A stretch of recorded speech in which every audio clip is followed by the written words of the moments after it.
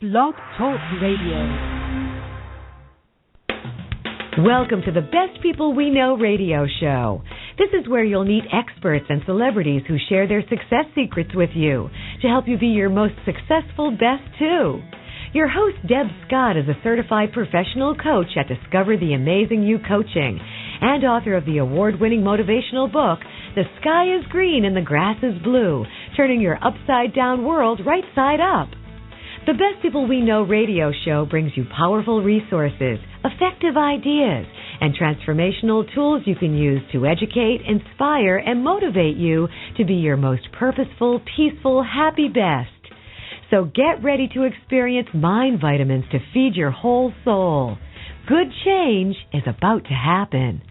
The Best People We Know radio show. Here's your host, Deb Scott. Oh, good morning to all the best people I know out there. This is such a great show. I'm so grateful that you've joined us. You're going to have a lot of fun. It's going to open up your mind, your heart, your body, your spirit. You're going to love this show. Our guest is Garnet Schulhauser, and he's author of Dancing on a Stamp and Dancing Forever with Spirit. He has a huge Facebook community. I think it's 16,000 people over there. And you're going to find out why. Our topic is spirit guides, life after death, life's big questions, and I know you're going to enjoy the show. If you have a question and you'd like to speak with Garnet live, just call 347-637-1318, 347-637-1318, 347-637-1318. Hit pound 1. That'll put you through to the switchboard. I see people already in there, and I'm very excited to get you on air. And also, just stop by debscott.com to get a listing of all of our guests on the Best People We Know show. With over 1 million global listeners, you want to be able to get all of them, and you can follow us on our Blog Talk homepage. Well, let's talk about the show today. Garnet is a retired lawyer who lives in Victoria on Vancouver Island, would love to visit there, with his wife, Kathy, and his little dog, Abby.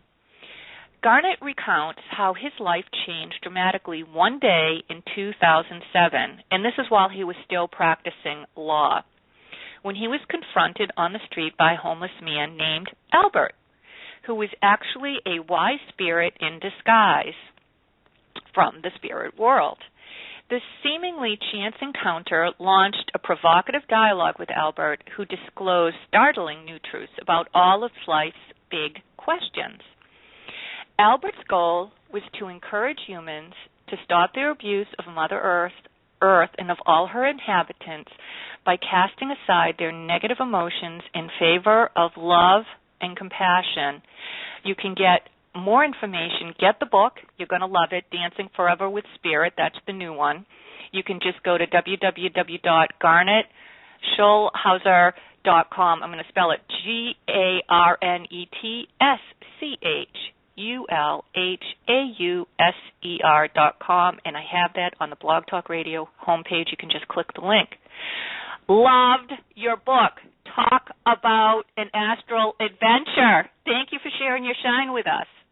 Thank you for having me on your show. I'm delighted to be here, Deb. Oh, my gosh, what an adventure. What an adventure. Where can we begin? I have to tell you, and I know we were talking a little bit before we came on air, what I loved about the book, and I think it could apply to anybody, wherever their religious belief is, wherever you're at, I think that there's so many great common threads that we can all learn from. Those ideas that anger and fear and jealousy and all those things that don't serve well, and how to replace all that with, don't compete, don't despair and compare. See things as lessons, be connected. It really did answer for me a lot of the questions I think we all have. Why are we here? What are we doing? Why did I sign up for this? Tell people a little bit about who Albert is, and we'll talk about Dancing Forever with Spirit. Some great lessons in here. Well, I first met, as you mentioned it in your introduction, I first met Albert on the street one day. He jumped out in front of me. He looked like a homeless man, typical homeless man, except there was something very different about him, Deb. He had these amazing, dazzling blue eyes that were, first of all, penetrating within my very being, right down to the depths of my soul, and I felt like he knew everything about me, everything I'd ever said or done, or all the actions I've taken and all my history, which was very surprising because we'd never met.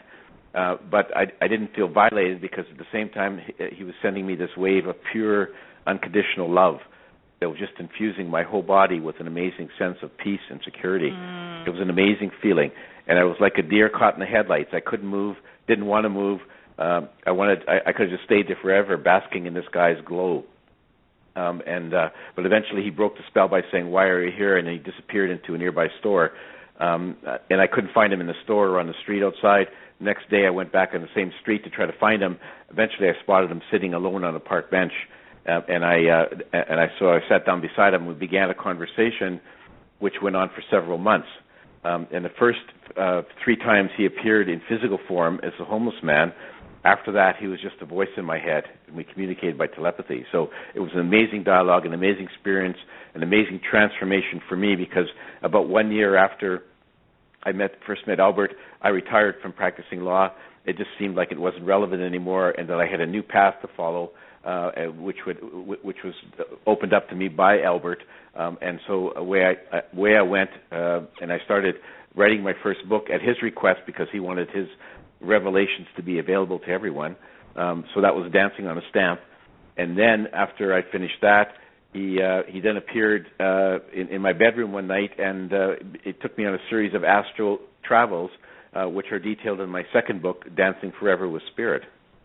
Yeah, and I tell you, what an adventure that is. And I love all the messages. And for people that are interested a little bit about what you go through, it's so well written that you are very specific, but you really have to take the time to read it, because you go into, what are we here, the lessons from the past, your titles like Win Some, Lose Some, Thoughts Are Energy, Everyday Miracles, Friends in High Places, The Future's Already Here.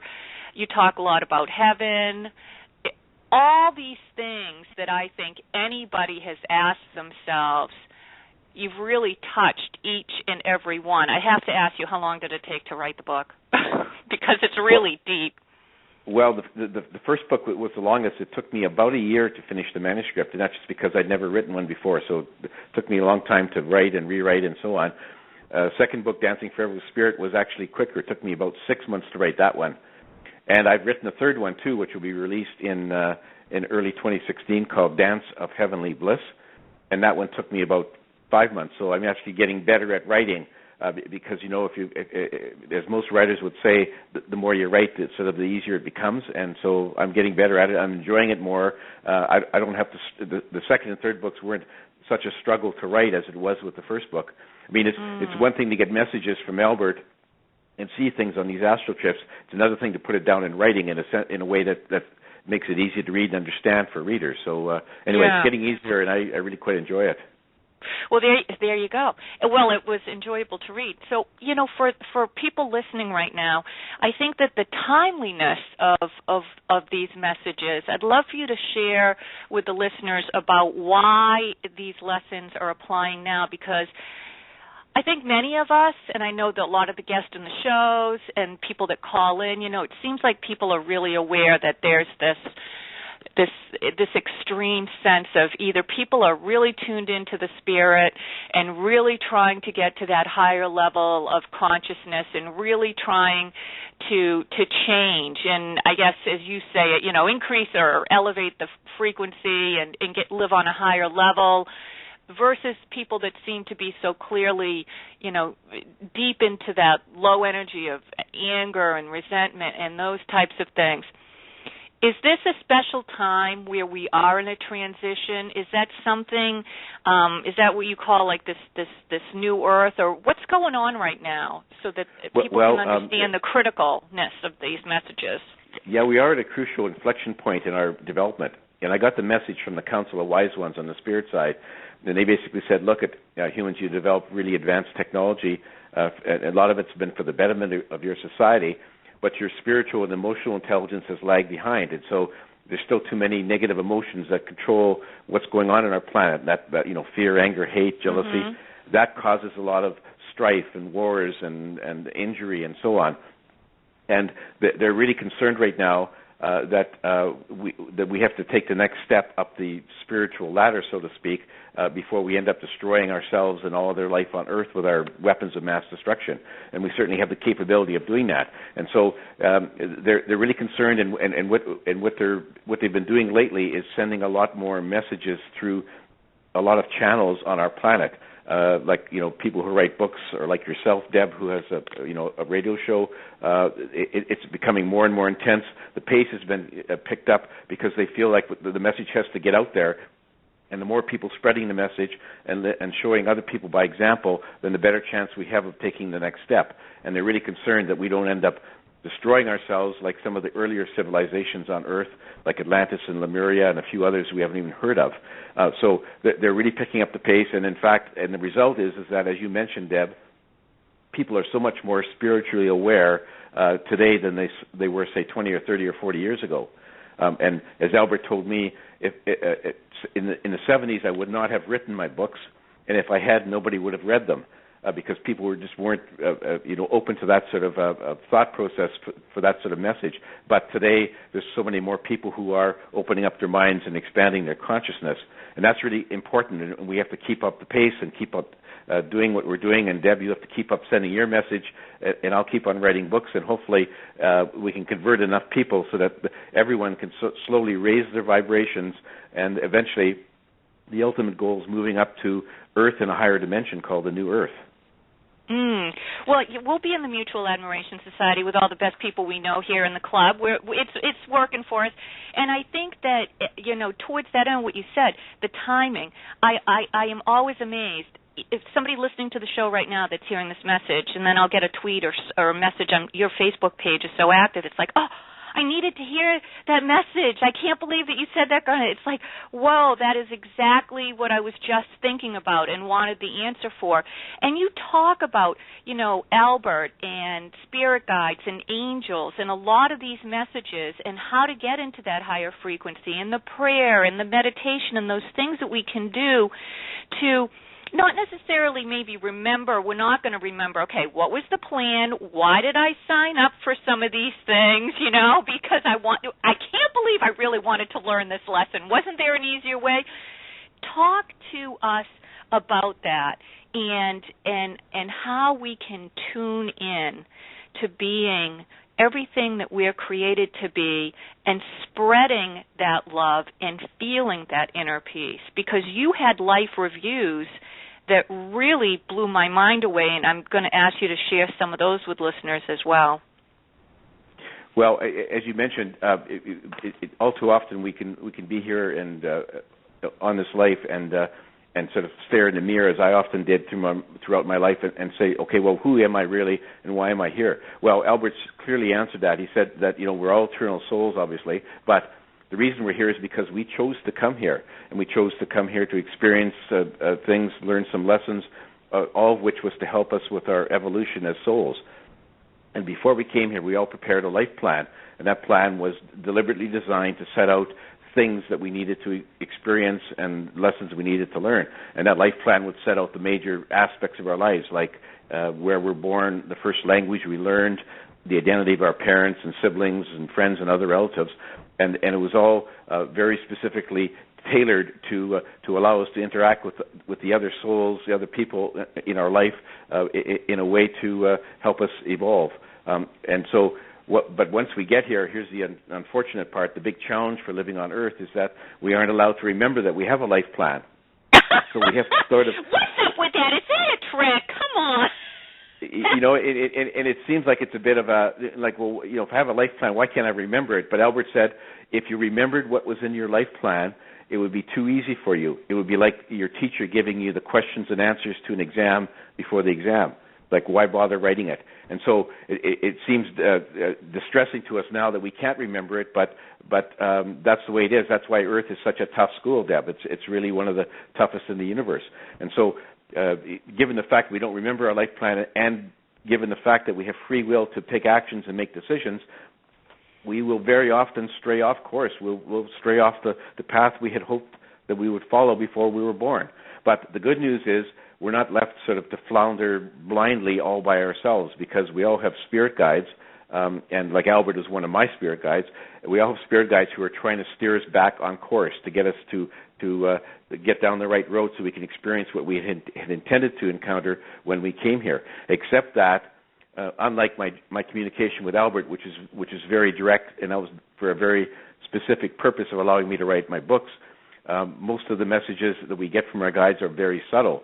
So it's like intuitive flashes, whispers in your mind, gut feelings, coincidental events. And the challenge is for humans is to be able to hear those messages, because our minds are so cluttered with so many other thoughts on a day-to-day basis that we often don't hear them, or we don't recognize them for what they are. And so the real challenge to help us get back on course and take the course that we had planned for ourselves is to listen to our guides. And we can do that by meditating and quieting our minds and getting rid of the clutter, so that we can hear the messages coming from our guides. They're always there. They're there 24/7. They're always trying to help us, and it's frustrating for them when we just ignore what they're telling us, or we rationalize a different course of action. So it's very important for us to try to hear what our guides are telling us. You know, it's so funny because I was reading, and in one of the chapters in the book, you were saying that to help. You were like, "Well, how can I stop my mind? There's so much stuff going on."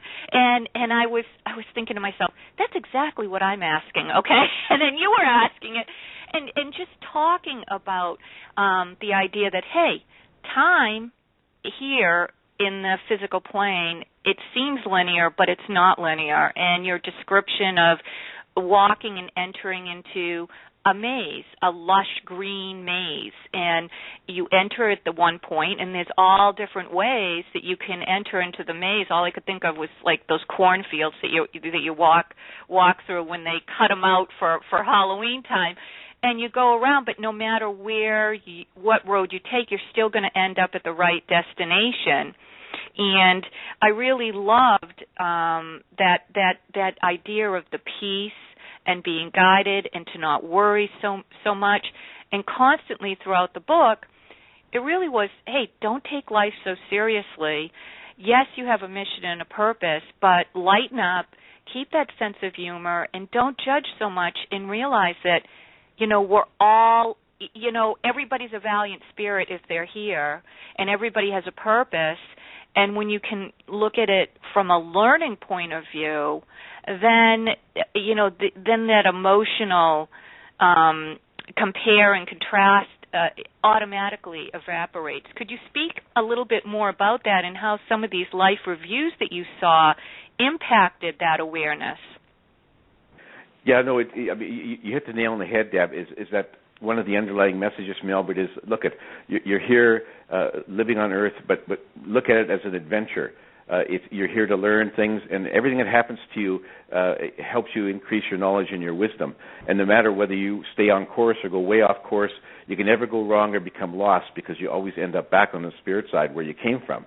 So it's not something it's not a matter of sort of life and death every time you do something on Earth, because you just can't go wrong, and you'll learn something from every path that you take. And as you said, the analogy he gave to me was that when you're born, you're sort of standing in front of this forest, and you walk into the forest, and from there the paths sort of branch out all over the place. And no matter which path you take, you will encounter different things and meet different people and learn different lessons. But all paths ultimately lead to the other side of the forest, which is a beautiful meadow, which is the metaphor for the spirit side. So you can never go wrong or become lost, and everything is a learning experience.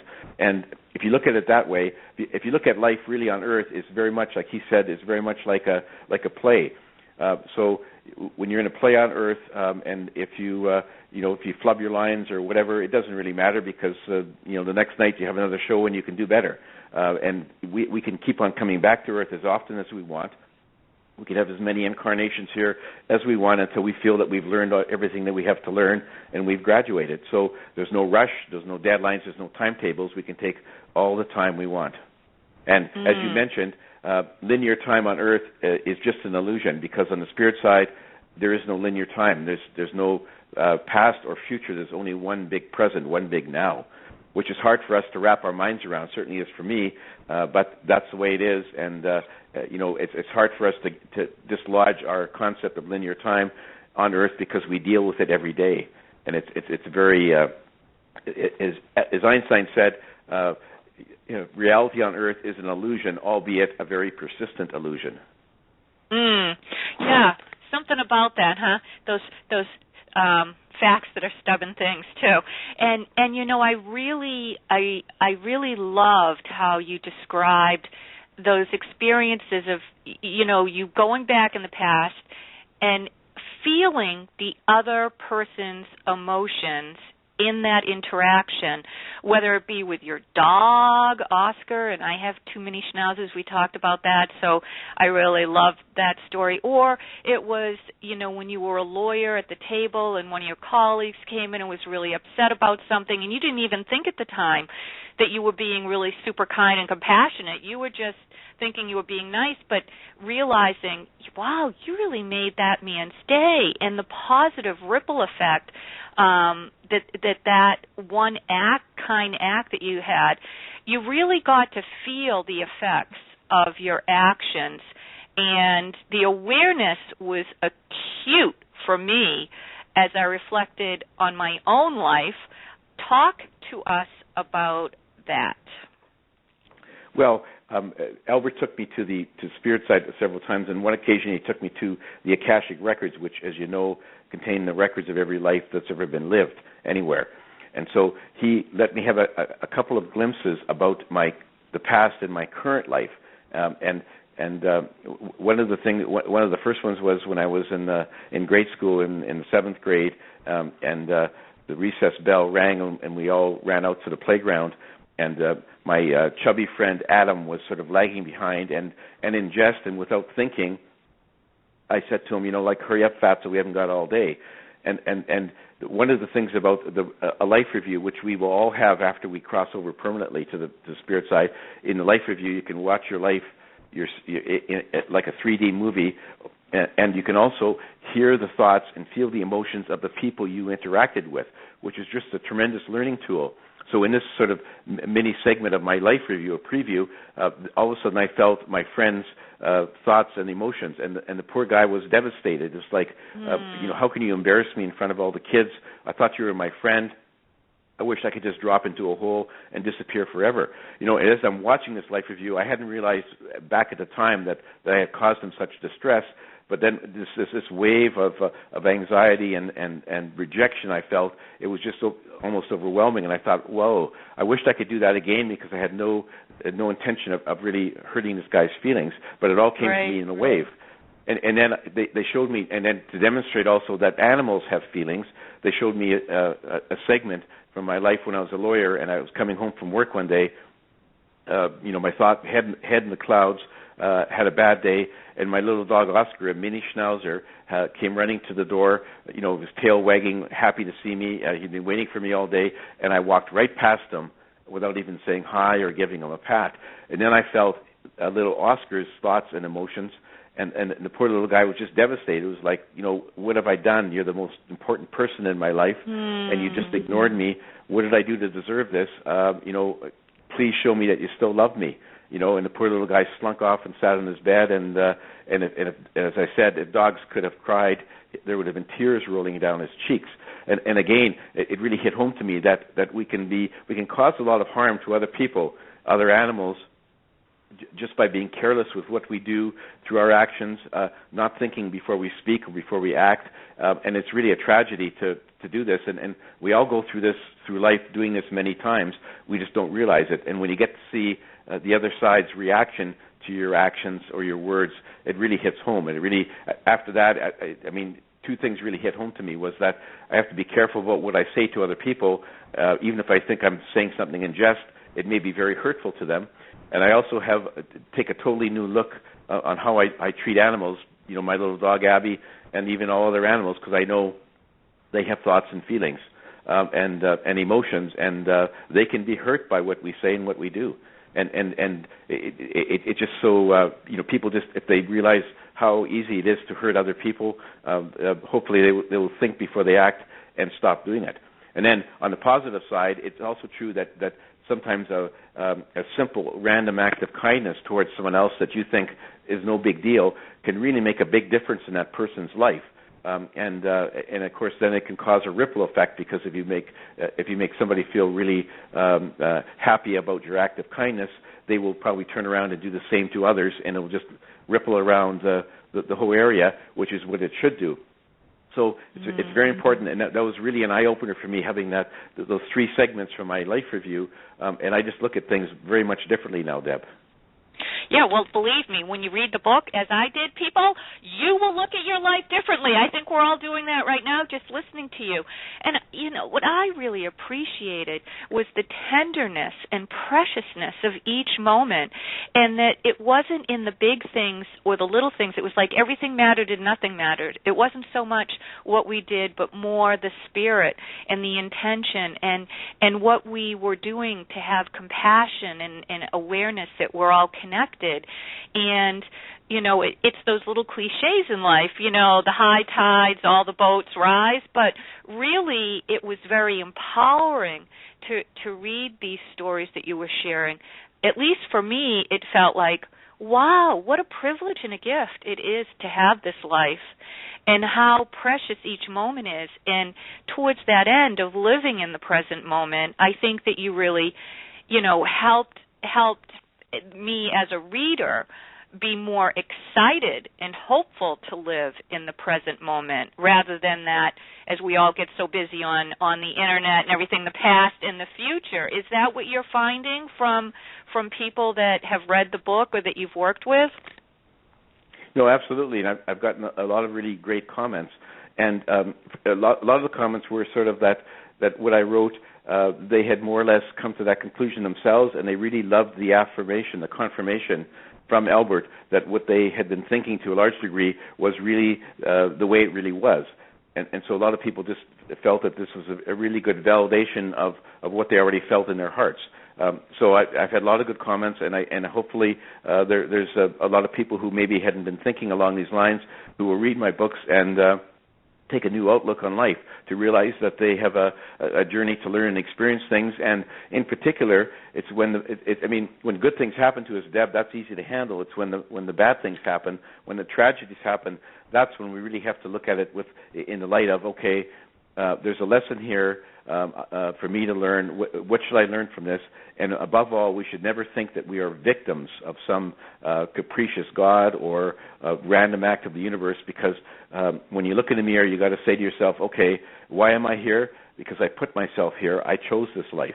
And when you look at it that way, then you have a whole totally new outlook. You realize you create your own reality, by your free will actions, and that no matter what happens to you, you can either take it as a lesson and move on, or become a pessimist. And there's only one way to do it, in my view, is that you learn from each lesson, move on, and recognize that you're on an adventure, and that you really plan these things for yourself, and you have nobody else to blame but yourself for where you are, and you're there because you chose it. Yeah, which I thought was really freeing. And I want to get to a couple of calls here because people are waiting to speak with you. But here's a little quote from the book that I loved. Great sum up all. It says, you write, and stop rushing through life like you are running a sprint. You are on a journey that has no timetable and no finish line. Slow down and experience life to the fullest. Don't be afraid to break out of your comfort zone and try different things, because failure is not an option. And you will grow and evolve from every new experience. And don't be concerned about what other people think of you, because it's your journey to enjoy, not theirs. I mean, I just love it. It's great. Do you mind if we take a call? Would that be okay with you? A couple calls? Please do. Okay. So this first person I think I know because she's been on the line for a while. This is Laura, 856. You're on the air. If you have a question or comment for Garnet, go ahead. Thanks for calling. Hi, Garnet. Thanks for taking my call. Hi, Laura. How are you? I'm good, thanks. How about you? I'm doing pretty good. So you said that you you met your spirit guide, and I was wondering, was there anything that led up to that point? Anything like blinking lights, feathers, anything out of the ordinary signs that you were getting that there was a spirit guide, or, was this something just that happened to you out of the blue? Well, basically happened out of the blue. I had nothing to warn me that it was coming, although maybe there were some things that were coming or were warning me, and I just didn't pay attention or didn't know about them. But I'm not aware of anything. It was literally sort of, I'm walking down the street and there he is. He pops out of nowhere and stops me in my tracks. So there was no lead up to it, as I can recall. It was totally unexpected from my part. Obviously, before I was born, Albert and I had planned all this out, but I didn't remember any of it, just like I don't remember what else is in my life planned. But as far as I was concerned as a human that day in 2007, this came totally out of the blue. Wow. So, can I just, I'm just wondering, Laura, and I'm just going to take it a little bit further. Is Laura's question, I think, about your spirit guide and recognizing, is that something, can you give us some more about how would Laura recognize her spirit guide? How would Laura know if she has an earth angel? We don't all have, Albert, but we all are being taken care of and loved, aren't we, Garnet? Yes, indeed, and we all have spirit guides, Laura, and it varies. The minimum is usually 2 or 3. I've heard one lady say she had 11, so it really varies. And your guides will actually change as you progress through your life because your needs change. So the same 3 that started with you may not be the ones that finish with you, but they're always there. As I said, they're there 24/7.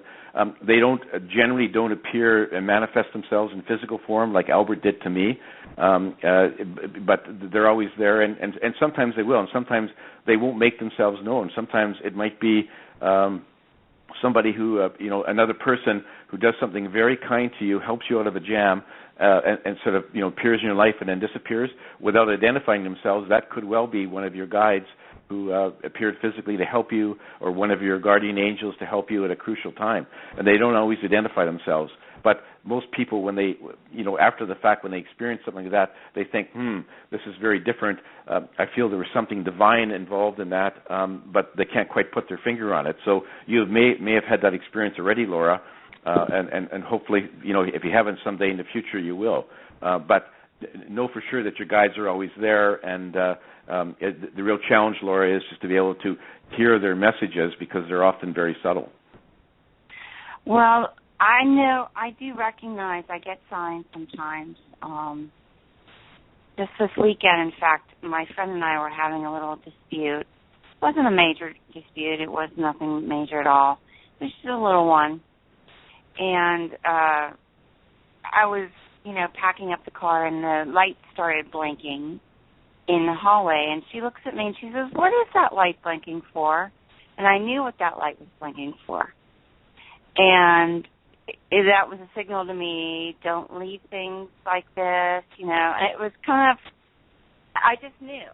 I knew because that was the first thought that hit me, that my spirit guides or angels or loved ones, someone was telling me with that blinking light, make sure, to clear the air with my friend. And I did, and I had every intention of doing that.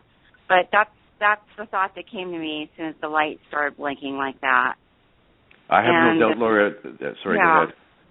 So, you don't have any doubt either, do you? Because that was the thought that first came to me. Yeah, I have no doubt that you were getting a message from the spirit world. It was very definitely for you to stop and take a moment and think about what you're doing and go back and try to patch things up. And so it's a good thing that you recognize it for what it was. Other people might have just wondered what's happening with the power system, when the lights are blinking. But it's good that you actually recognized it for what it was and that it was giving you a message. So I think that's great that you were able to act on it as you have. Well, it's taken a long time for that to happen. For me to get I think it does for all of us, Laura, doesn't it? I think it's like, it's a lifetime process. But really I love is. your question. I'm so glad that you called in. Are you familiar? You should go, obviously the book that Garnet has is great, but his Facebook page is filled with people and great community. Are you a member of Garnet's Facebook community? No, but I'm going to sign up and become one. Definitely. Yeah. How do people go there? They just tell them. Garnet, go ahead. Oh, well, the easiest way is to go to my website, which is garnetschulhauser.com, or you can dial in dancingonastamp.com to get there. And I have icons for all my social media sites, and so if you just click on the Facebook icon, it'll take you right to my page, and you can just click on like, and you'll be part of the community. Well, I'm going to do that. Thank you, Garnet. Thank you. You're welcome. Thanks, Laura. Thanks for being part of you. the show and calling in and adding your thoughts. I know that a lot of people are excited, and you're going to help them pay attention to what's going on around them. And thank you very much. Thank you. Thanks, Garnet. Bye. Bye. Bye.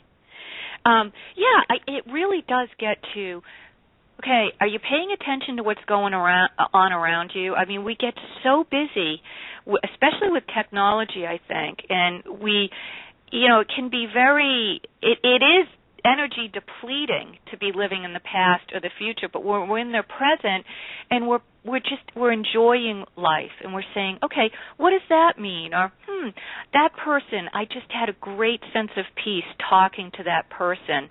That was a special gift from God, from heaven, or wow, that I felt a certain way when I heard Garnet say this or Laura say that.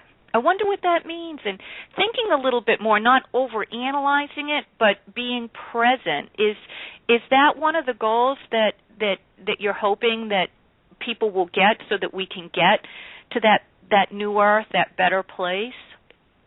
Yeah, absolutely. And I think that to the extent that we can, quiet our minds and listen to our guides, and that will help us to control and ultimately get rid of our negative emotions, because the negative emotions are really what's holding us back. And if we can learn to fully embrace love and compassion, and if we do fully embrace love, our negative emotions will melt away like a snowbank in the spring, and they'll be gone. And that's the real key for humanity, for us to raise our vibrations. And if we can continue to do that, we can eventually all, not necessarily at the same time, but eventually we can all ascend up to the new earth, which is really a lovely place, and a place that Albert actually took me on one of our astral visits. It's just a place that if everyone saw that, I think there would be an amazing transformation on our planet, because everyone would say, I really need to get there, and I'll do whatever I have to make the ascension. Well, I'll take 914-363. You're going to be the next caller I'm going to take. But can you briefly tell people about this new earth that you were able to see? I think that would be a perfect segue to share that. Yeah, well, the new earth is basically our planet in a higher dimension, in a higher vibration rate. And it's been there ever since our current Earth was ever created. And Albert took me there on a visit. We passed through the interdimensional doorway, and I ended up in the new Earth. And I actually got to visit with the descendants of a civilization that had originally lived in our Earth, old Earth, a long time ago in Central America. And they had managed to orchestrate a mass ascension of their community to escape from an encroaching barbarian army that was moving close to them and possibly would murder and kill them and destroy their civilization. So they did a mass ascension. They all ended up in the new Earth, and their descendants are still there. And it's an amazing society, very idyllic. They have no negative emotions. They have no crime or conflicts of any kind. They live in harmony with their planet and with the other creatures. They don't pollute their planet. They don't eat animal flesh. They eat only food made from plants, and they've learned how to slow down the aging process and ward off disease and heal injured tissue. So they all live for several hundred years, and it's just an amazing place to live, where they're free to pursue knowledge and wisdom and enjoy the splendor of their planet with no fears of death, no fears of injury, no fears of conflicts. And it's really quite an amazing society, and it's something we should all aspire to achieve. And people do, over the centuries, people have ascended from time to time, sometimes individually, sometimes in small groups, Deb, but eventually we can all get there. But we have to increase our vibrations to match the higher vibrations of the new Earth to get there. And as I said, to do that, we have to discard negative emotions and fully embrace love and compassion. Dump that junk. And you know, I love how you wrote the descriptions, because I really felt, you know, being there in that piece, and it was like, oh, all these people running around worried about their bank accounts, and those people in the New Earth, they don't even need money. Everybody's all taken care of. It's like, focus your energy on the things that matter and are going to really last. 914-363. You're on the air. Thanks for calling. What's your name and your question or comment for Garnet? Hi, my name is Melissa, and I'm from New York. And thank you for sharing your story, and thank you for taking my call. My daughter had passed away at 1 year old from heart disease. So, I was about to say. So, you know, if anybody's listening, just to please take care of yourself, because heart disease is a very painful thing to go through. And I just wanted to know, like, the children that pass away, because my daughter gives me little signs every day, like I'll hear her name, or I'll see one of her favorite songs or something like that come on TV or something like that. And I just want to know, like, when the baby does small goes, do they get a chance to come back, or? Yeah, they do. Great question, Melissa. Yeah, Melissa, they do, because every soul, when their physical body dies, goes back to the spirit side, and then they can choose to come back into another incarnation on Earth, or they can stay in the spirit side if they choose, or they can incarnate in another planet. But you know, for sure, you are getting signs from your daughter, because your daughter obviously feels some of your grief and distress, and she wants to assure you in whatever way she can that she's alive and well and doing very well on the spirit side, because it's a very beautiful place. And so no doubt she has been trying to contact you. And if you're wondering why, a lot of people, when they lose a child, will say, you know, God, why did you take my child so early? You know, she had a full life ahead of her. It doesn't seem fair. The fact of the matter is that your daughter chose to have that short life, and it was either to help herself in a very short time period with her own experiences, or probably more importantly, is to help you with an experience you needed to have. And so that may be hard to sort of understand and comprehend, but a lot of times when children come into the world, it's to help their parents live through a lesson and learn an experience. And so it's not a tragedy that you may feel like it's a tragedy, but your daughter left this world by her own choice. It was her choice to leave. No one dies by accident. Everyone who dies, it's a result of their soul saying it's time to leave. So it was a very deliberate decision on the part of your daughter's soul. It may be hard for you to understand why she would do it, but you will figure out all those basics when you cross back over to the spirit side yourself. But rest assured, your daughter is alive and well, doing very well, and she can in fact come back to another incarnation if she chooses. Oh, wow. I definitely believe that, you know, if they, you know, it's good to hear that they can come back if they want to. Because people say sometimes, you know, your second child can be, you know, whether it's boy or girl, they might not look like them, but it might be their spirit if they decide they wanted to come back.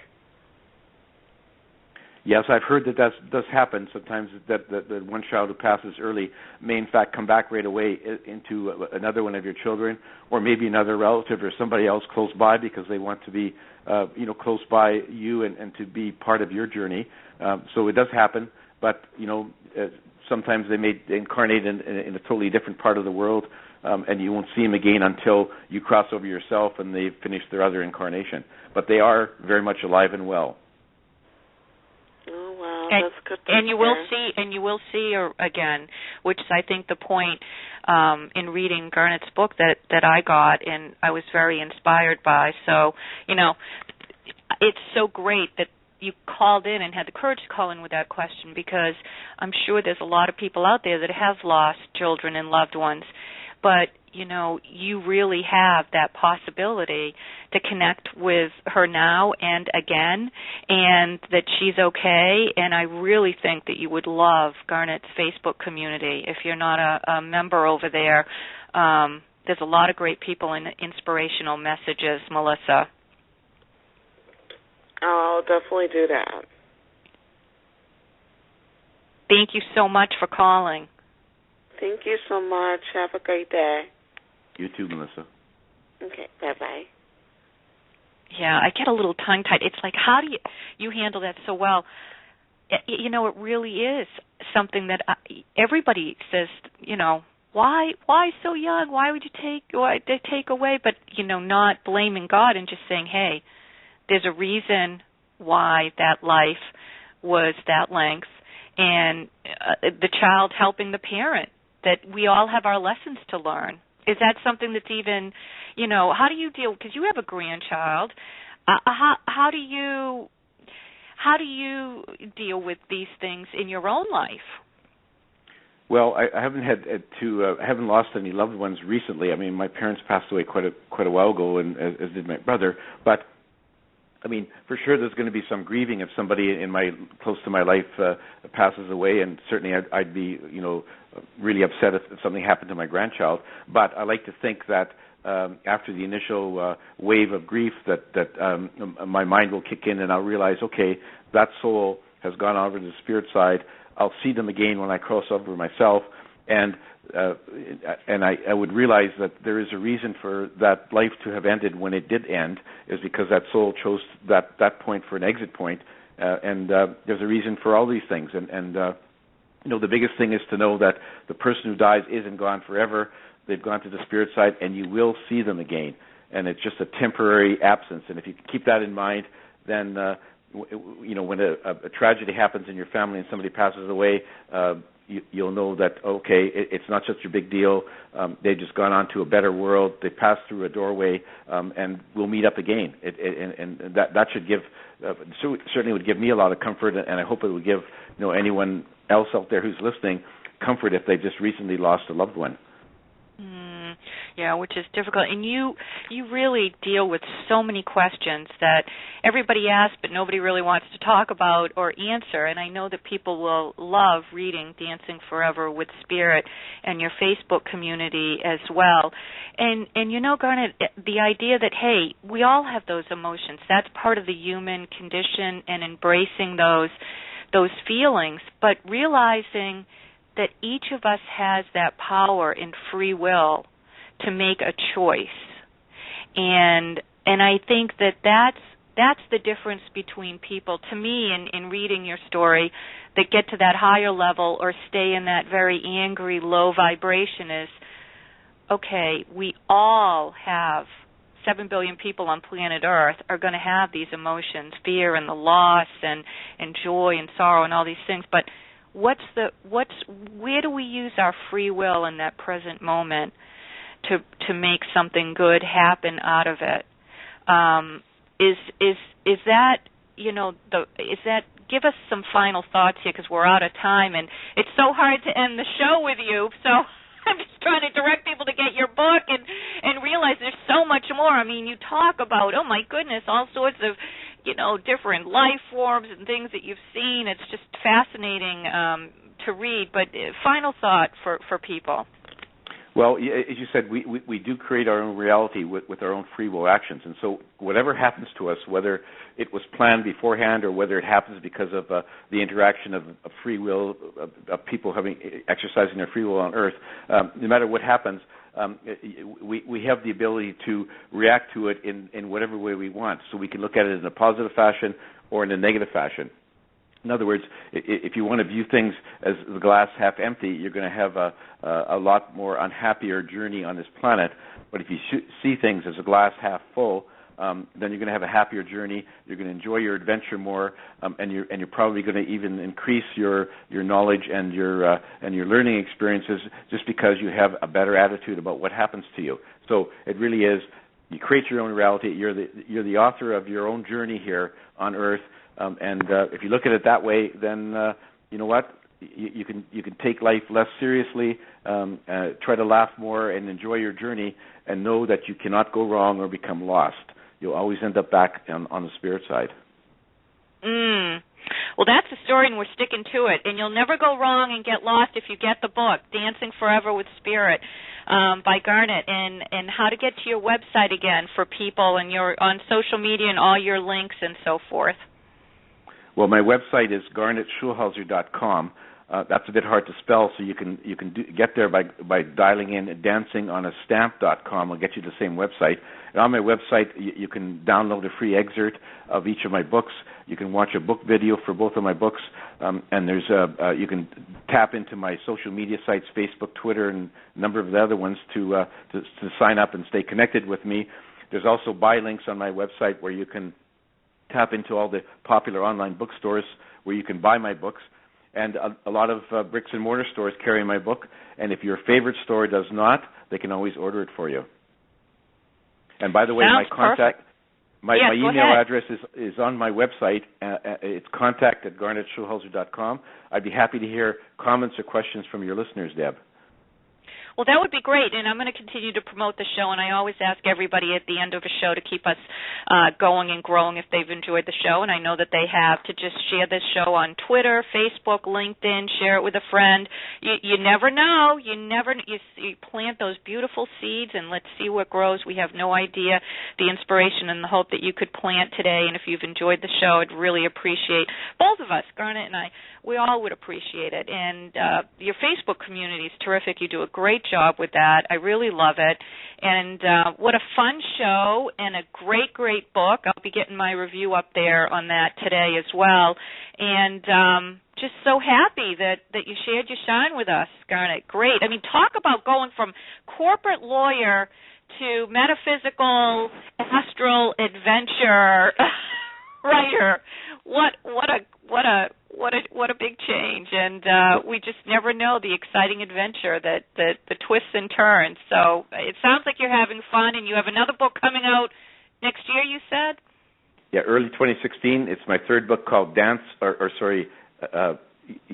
Heavenly Bliss, and it's in the process of being published right now, and I'll post updates on my Facebook page as to when it's going to be out.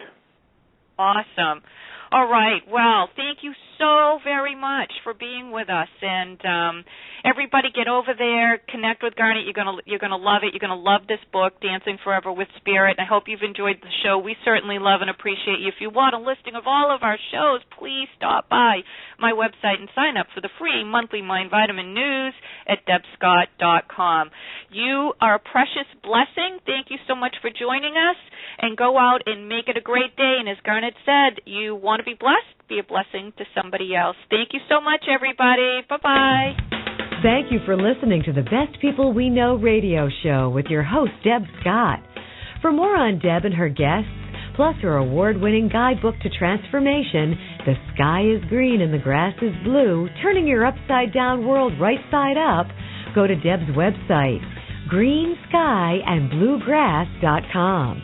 You can also connect with Deb for coaching or speaking, and sign up for Deb's free Mind Vitamin newsletter while you're there. So now, you're one step closer today to your greatness.